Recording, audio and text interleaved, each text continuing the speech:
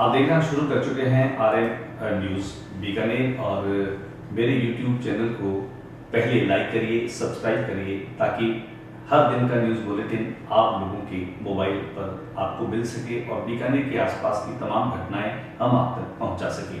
अब डाल लेते हैं एक नज़र हम दिन भर की खास खबरों पर। ईट राइट वॉकथॉन में 700 से ज़्यादा विद्यार्थियों, स्काउट व NCC कैडेट्स ने दिखाया जोश।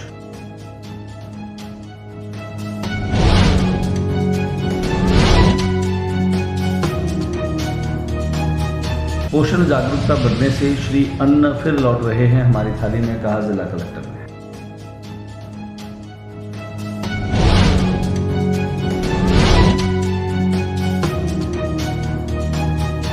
संभागीय आयुक्त ने लगातार दूसरे दिन किया मतदान केंद्रों का निरीक्षण।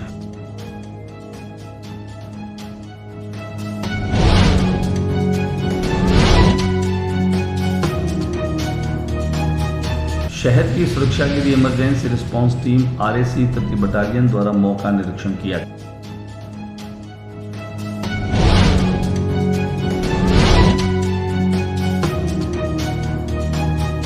एक व्यक्ति ने फांसी लगाकर आत्महत्या की, जिसकी सूचना पर कोटगीट पुलिस मौके पर पहुंची और असहाय सेवा संस्था की मदद से शव को एम्बुलेंस में रखवाया। जिला कलेक्टर भगवती प्रसाद कलाल ने 4 घंटे तक जन सुनवाई कर 128 प्रकरण सुने और अधिकारियों को परिवारों की प्राथमिकता से निर्धारित करने के स्पष्ट जवाब दिए। 67वीं राज्य स्तरीय तीरंदाजी प्रतियोगिता का उद्घाटन ओलंपियन धूलचंद डामोर व पैरा ओलंपियन श्याम सुंदर स्वामी ने तीर चलाकर किया।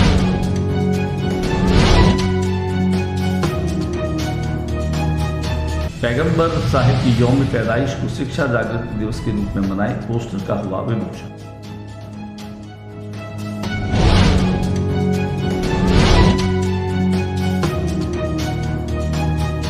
बीकानेर जामसर थाना क्षेत्र के ढोलेरा गांव में अज्ञात जानवर दिखाई देने से ग्रामीणों में दहशत।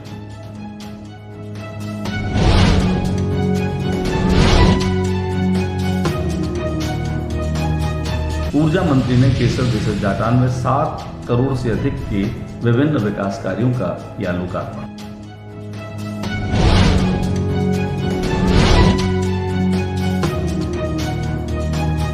और खबरें विस्तार से। पूरी दुनिया में एक बार फिर से अन्न को लेकर, भोजन को लेकर के जहां बहस चल रही है, वहीं क्या खाया जाए जिससे कि इंसान की सेहत बिल्कुल ठीक रहे, वह बिल्कुल स्वस्थ और निरोग रहे।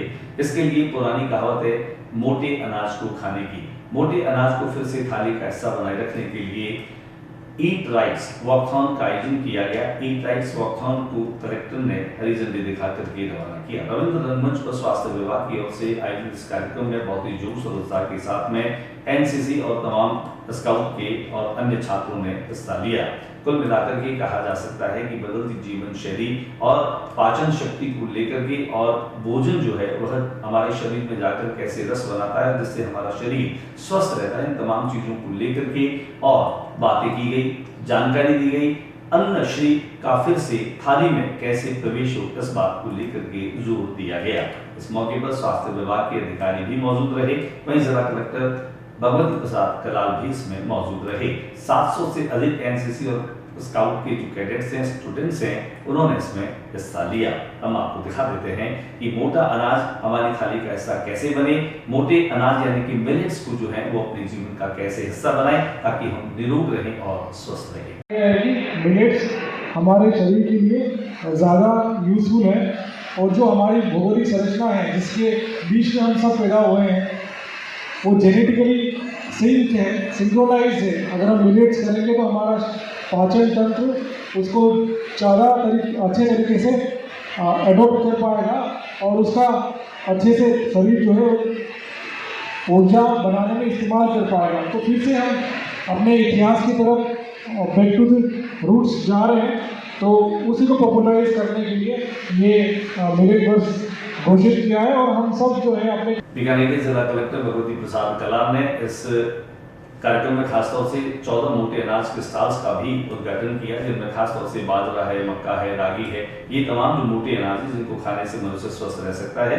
और उनका पाचन तंत्र भी ठीक रह सकता है। मुख्य स्वास्थ्य चिकित्सा अधिकारी डॉक्टर अवतार पवार भी यहाँ पर मौजूद रहे। इसे देखते हुए उन्होंने कहा कि वर्ष 2023 को जो है वो मिलेट्स ईयर घोषित किया गया है, जिससे आम आदमी मोटे अनाज के प्रति न केवल अपनी रुचि बनाए बल्कि इसके लिए जागरूक भी बने। दिखाते हैं आपको जिला कलेक्टर ने कि कैसे करीब 14 ऐसे स्टॉल से जहां पर मिलेट्स बिक रहे थे या बेचे जा रहे थे, उनका भी उन्होंने उद्घाटन किया।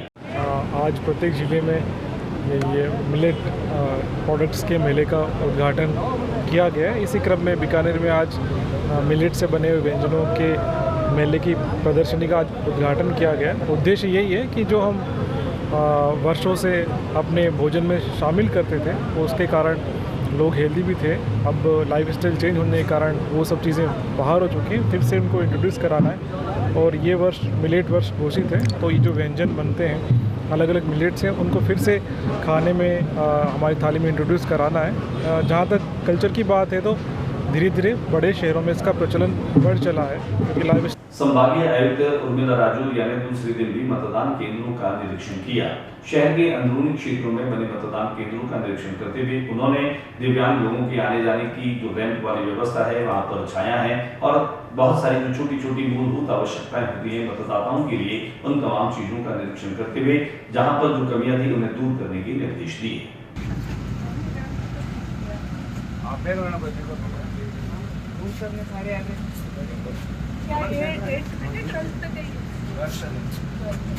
बीकानेर शहर की सुरक्षा की दृष्टि से आरएससी तृतीय बटालियन ने आज लक्ष्मीनाथ मंदिर के आसपास के क्षेत्रों का निरीक्षण किया। जानकारी सूत्रों के मुताबिक हम बता दें कि लक्ष्मीनाथ मंदिर के आसपास के क्षेत्र को अति संवेदनशील क्षेत्र के रूप में गिना जाता है।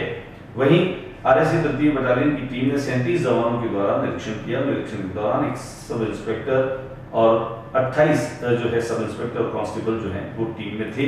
बीकानेर में इस टीम के द्वारा लक्ष्मीनाथ मंदिर में आज निरीक्षण किया गया, जहां सीसीटीवी कैमरे सुरक्षा की दृष्टि से व अन्य दृष्टिकोण से जगह जगह पर लक्ष्मीनाथ मंदिर और परिसर में परीक्षण भी किया गया।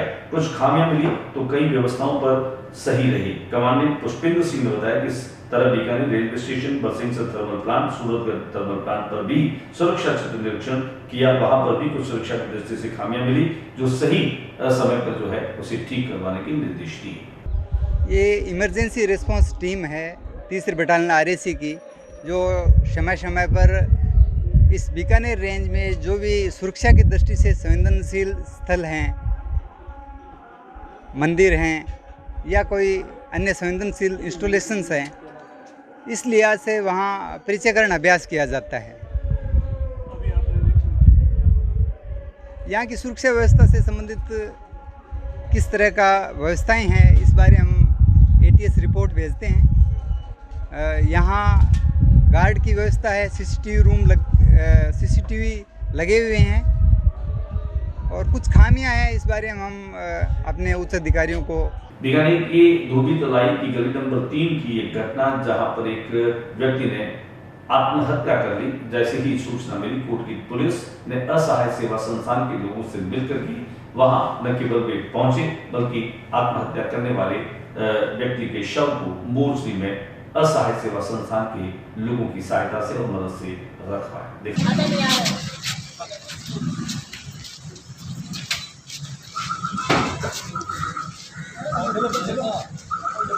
बीकानेर के जिला कलेक्टर भगवती प्रसाद कलाल ने जन सुनवाई के दरमियान तकरीबन 128 जन सुनवाई के प्रकरणों का निस्तारण किया।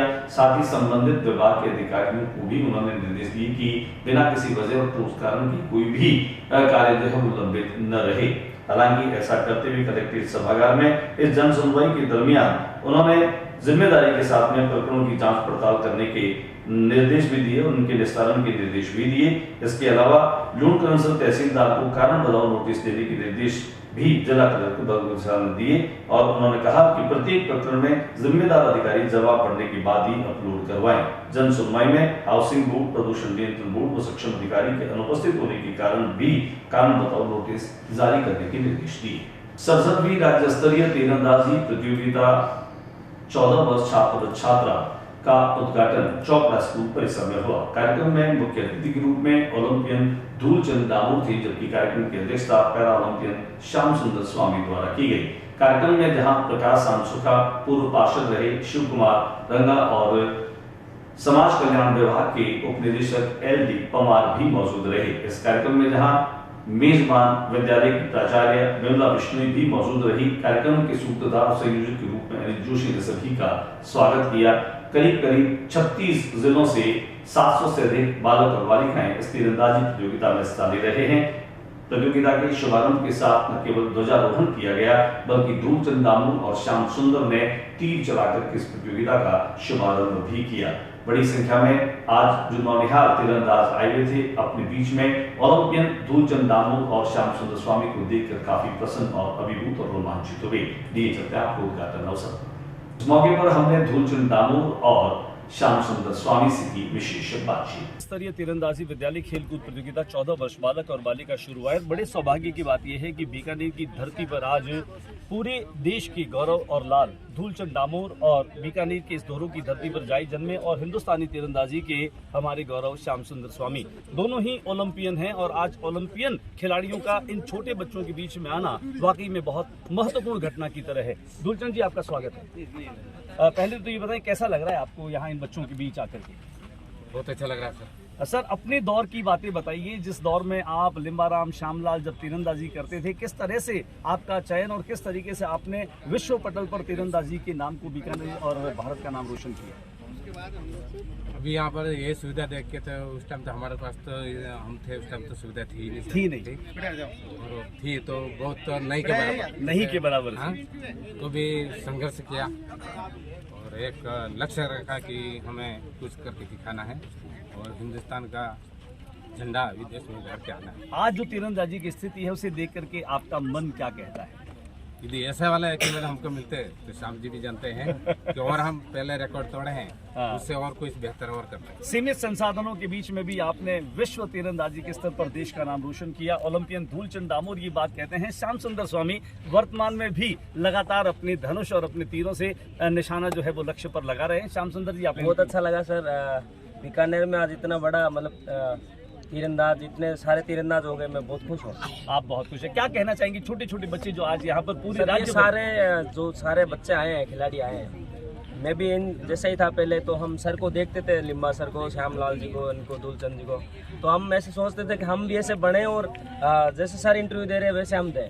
तो ये बच्चे मेरे को देख रहे हैं, हो सकते हैं आज आने वाले समय में यही यहाँ खड़े होंगे। बिल्कुल, हम बात कर रहे हैं ओलंपियन जो दोनों हमारे खिलाड़ी हैं, लेकिन अगर हम बात करें आज के इस खेल आयोजन में जहाँ पर पैसा लगता है, बिना पैसे के कोई भी आयोजन नहीं होता, राज्य स्तरीय प्रतियोगिता। वहीं हमने इस आयोजन से जुड़े और सहयोगी के तौर पर भामाशाह प्रकाश सामसुखा से भी की विशेष बातचीत। आते हैं तो बहुत अच्छी खुशी की बात होती है और पूरे देश का नाम रोशन होता है, तो फख्र से दिल हिल उठता है। शिक्षा के क्षेत्र में तो आप हमेशा सहयोग करते हैं, लेकिन खेलों के क्षेत्र में भी आपका मन होता होगा कि खिलाड़ियों को भी प्रोटेक्शन मिलना चाहिए, आपकी तरफ से मदद मिलनी आज से चाहिए। 5 साल पहले इसी प्रांगण में तीरंदाबाजी का आयोजन हुआ था, राज्य स्तरीय का शानदार आयोजन हुआ था और इस बार भी ये शानदार आयोजन होता है, यानी उससे बेहतर होगा ये आपकी इससे ज्यादा बेहतर रहेगा, बहुत ज्यादा बेहतर। शुक्रिया प्रकाश जी। देखिए, मैं बात करता हूँ आज के दौर में जहाँ क्रिकेट बहुत पॉपुलर खेल है, पैगंबर साहब की यौम पैदाइश को शिक्षा दिवस के रूप में मनाया। इस बाबत एक पोस्टर का विमोचन भी किया गया। मुस्लिम समाज में शिक्षा जागृति के उद्देश्य से नागौरी तेलियान वेलफेयर कमेटी के द्वारा आगामी 28 सितंबर को पैगंबर हजरत मोहम्मद साहब की यौम पैदाइश को शिक्षा जागृति दिवस के रूप में मनाने का संकल्प लिया गया। इस मौके पर वेलफेयर सोसाइटी की ओर से हिंदी, उर्दू और अंग्रेजी भाषा में संयुक्त रूप से संस्था की ओर से प्रकाशित पोस्टर का विमोचन भी किया गया।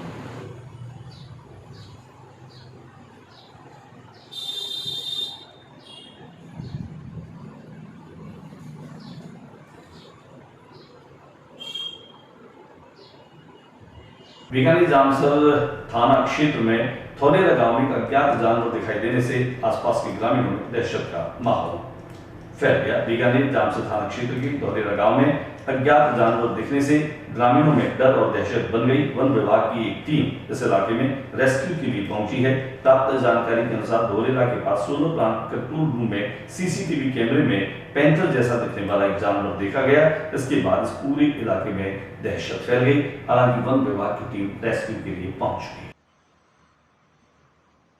ऊर्जा मंत्री भगत सिंह भाटी केसर देसर जाटान में 7 करोड़ से अधिक विभिन्न विकास कार्यों का उन्होंने लोकार्पण किया। ऊर्जा मंत्री श्री भगत सिंह भाटी ने कहा कि राज्य सरकार के द्वारा ग्राम पंचायत स्तर तक आम जन की सुविधा के लिए शिक्षा, स्वास्थ्य, सड़क, पानी, बिजली सहित सभी बुनियादी सुविधाओं के विस्तार के लिए ऐतिहासिक कार्य किए जा रहे हैं। ऊर्जा मंत्री ने केसर देसर जाटान में विभिन्न विकास कार्यों के लोकार्पण के अवसर पर आयोजित समारोह में ये बात कही। 4 करोड़ 11,79,000 रुपए की लागत से 33 KBTSS में हुए विकास कार्यों, 2 करोड़ 11 लाख रुपए की लागत से नवनिर्मित प्राथमिक स्वास्थ्य केंद्र भवन का लोकार्पण किया। उन्होंने राजकीय उच्च माध्यमिक विद्यालय में 25 लाख रुपए की लागत से नवनिर्मित कक्षा कक्ष और टीन शेड का भी उद्घाटन किया। वहीं 80 लाख रुपए की राशि से केसर देसर जाटान से बीकासर तक निर्मित डामर सड़क का भी लोकार्पण किया। कहा जा सकता है कि 7 करोड़ से अधिक के विकास कार्यों का लोकार्पण जो है वो बहुत सी बात। आज की बुलेटिन में बस इतना ही। अगले बुलेटिन में नई गतिविधियों के साथ इस समय इस चैनल पर फिर मुलाकात होगी। न्यूज रूम से ज्योति प्रकाश रंगा को इजाजत दीजिए। नमस्कार। फिर से आप सभी से निवेदन की RM न्यूज को अपने केबल के साथ साथ मेरे YouTube चैनल पर देखने के लिए मेरे चैनल को सब्सक्राइब कीजिए, लाइक और कमेंट करिए और अपने सुझाव भी मुझे कमेंट्स के जरिए लिख करके भेजिए। नमस्कार।